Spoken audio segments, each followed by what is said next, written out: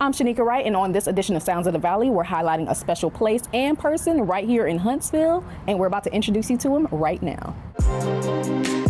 Sounds of the Valley is sponsored by the Huntsville Symphony Orchestra.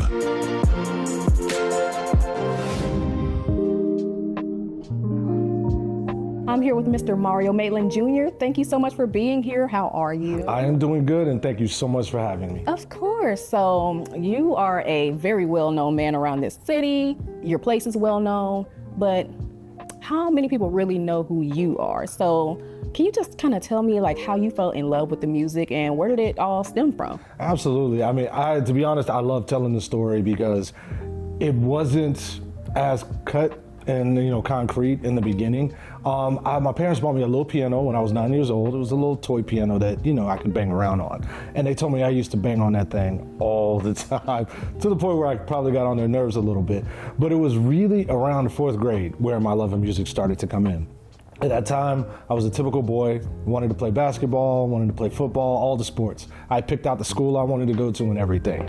And this guy came to my class and he was offering after-school violin lessons. And so we started playing the violin, and then my grandmother, when I would go stay with her during the summers, she had a piano there.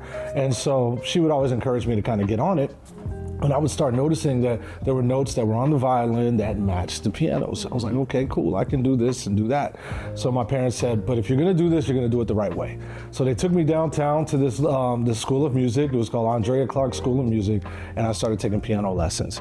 From there, my interest really started growing, so much so that I decided to go to a fine arts school in Augusta, Georgia, called Davidson Fine Arts, where piano and orchestra was a regular class for me every day. So it was that experience between like fourth grade and fifth and sixth grade that really, really grew my love for music and what I do now. I love that. And for you to grow up with music and then you furthered your career even more so with like higher education. Absolutely. And that actually led to Alabama A&M as well. It did. It led to Alabama A&M. So tell me what experience you had there and like how did it lead to you basically building the career that you have now? Absolutely. A&M was perfect. Now, I'm going to be honest. I did not want to come at first because all I saw on the paper was Alabama.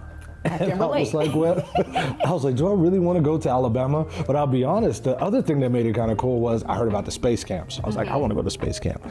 But anyway, Dr. Horace Carney from A&M, he used to come to my high school and audition people at our school all the time. So he heard me play, offered me a full scholarship for piano to come to A&M. So glad I came.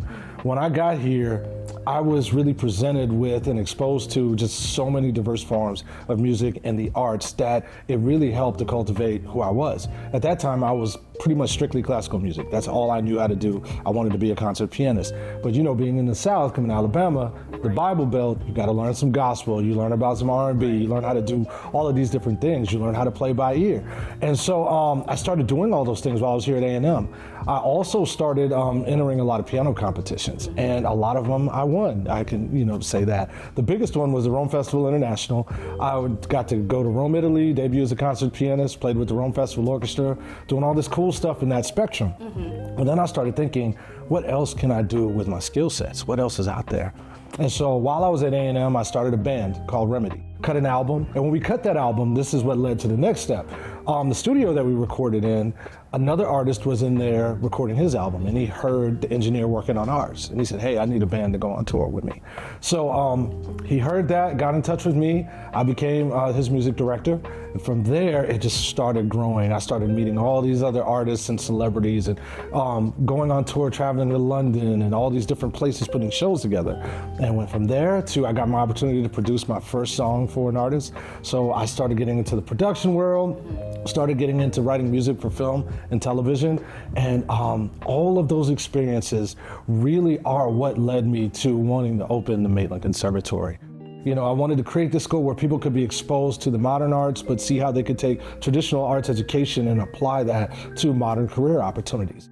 When we teach you, it's not just about teaching you how to play this song, play that song, mix this track, produce this track. It's also about building up that self-worth within the student as well too. And you'll be surprised when people start to find their purpose, what it does for their confidence level.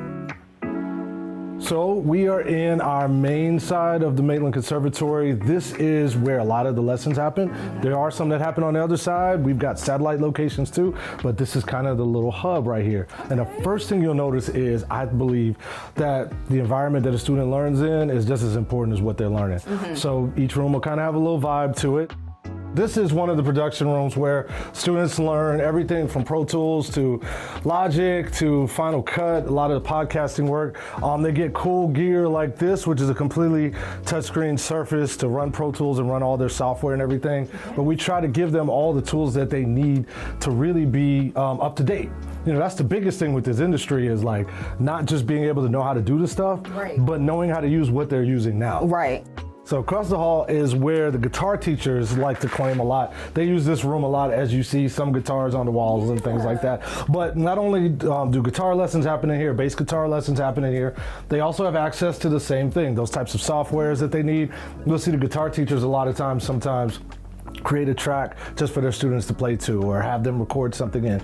Because we believe that it's not just important to know how to play your instrument, but let's say you want to be a studio musician or something like that. There's a whole etiquette and there's a whole art to that as well too. So we want our students to be well versed on everything.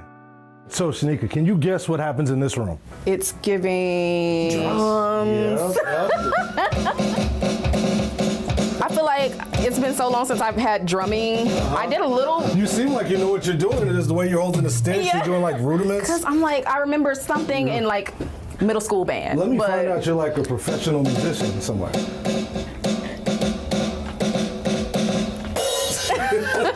Good job. Good job. What has the response been like, not even just from students, but from the parents, guardians? They love it. They love it the most because their students, if they're just taking a piano lesson, they can see where they can go with that piano lesson in the same building.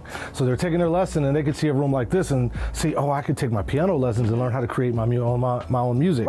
Or I can make music for a movie or for a television show, things like that. We want to show people that you have access to this. It's not always so, far away from you. You know, it's right here. And you can learn how to use it.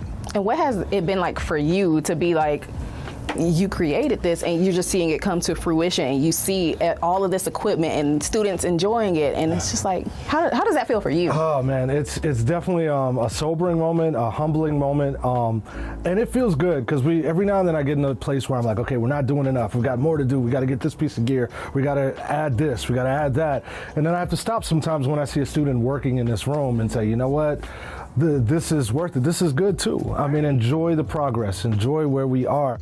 When people say the Maitland Conservatory, what legacy do you want to be attached to that name? That name, I want, when people think Maitland Conservatory, I want them to think that is the place where I brought my inner talents to fruition. That is the place where everything I dreamed that I wanted to do, I was able to actually do it and access it.